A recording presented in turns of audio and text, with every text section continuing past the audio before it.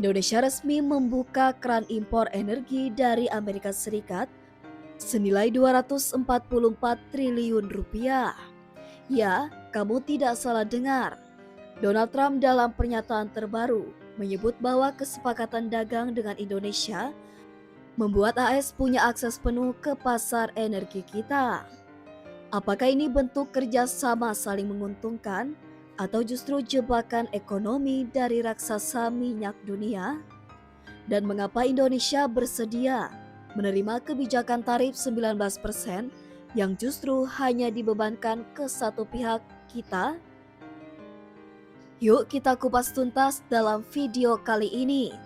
Trump paksa Indonesia impor energi 244 triliun rupiah. Pada 15 Juli 2025, Presiden AS Donald Trump mengumumkan kesepakatan dagang baru dengan Indonesia. Intinya, Indonesia setuju untuk mengimpor produk energi dari Amerika Serikat senilai 15 miliar dolar AS atau sekitar 244 triliun rupiah. Mereka akan membayar 19% dan kami tidak akan membayar apapun, ujar Trump dalam pernyataannya yang dikutip Reuters. Ini mengacu pada penghapusan tarif bagi produk AS yang masuk ke Indonesia. Sebaliknya, produk Indonesia tetap dikenai tarif di AS. Kesepakatan ini mencakup minyak mentah atau crude oil, gas alam cair atau LNG, batu bara metalurgi, hydrocarbon gas liquids atau HCl, listrik dalam bentuk power swap atau teknologi smart grid. Pertanyaannya, kenapa Indonesia mau? Jawabannya ada pada satu kata: kebutuhan. Menurut data US Energy Information Administration atau EIA, konsumsi energi primer Indonesia pada tahun 2023 mencapai 10,5 kuadriliun British Thermal Unit atau BTU. Itu naik 16% dibandingkan satu dekade lalu. Kenaikan ini disebabkan oleh pertumbuhan kelas menengah, kebutuhan listrik rumah tangga dan industri, lambatnya transisi ke energi terbarukan. Indonesia masih impor sekitar 236.000 barel per hari minyak mentah. Produk gas domestik pun mulai menurun.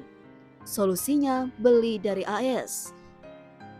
Selama ini, pemasok utama energi Indonesia adalah Arab Saudi, Qatar, Australia, dan Rusia.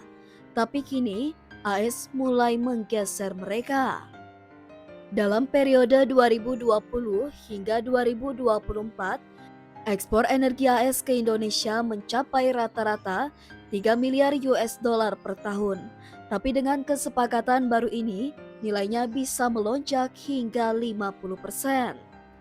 AS akan menyuplai minyak mentah ke kilang Balikpapan dan Cilacap, LNG ke pembangkit listrik Jawa 1, batu bara metalurgi untuk industri baja, HCl untuk sektor petrokimia. Dampaknya campur aduk. Di satu sisi, kita dapat pasokan energi stabil, harga kompetitif, dan bisa diversifikasi dari dominasi Timur Tengah. Tapi di sisi lain ada tantangan besar. 1. Domestic Market Obligation atau DMO. Indonesia mewajibkan minimal 25% produksi dijual ke dalam negeri dengan harga khusus. Ini bikin investor asing sering mundur karena margin jadi tipis. 2. Ketimpangan infrastruktur. Wilayah timur Indonesia masih minim infrastruktur gas dan listrik. Pengiriman LNG ke Papua atau Maluku jauh lebih mahal dari ke Jawa. 3. Ketergantungan impor. Impor energi besar-besaran bisa bikin kita lengah dalam mengembangkan sumber energi domestik dan terbarukan. Trump secara gamblang mengatakan, kami tidak membayar apapun, mereka bayar 19%. Ini artinya kesepakatan ini sangat menguntungkan Amerika Serikat.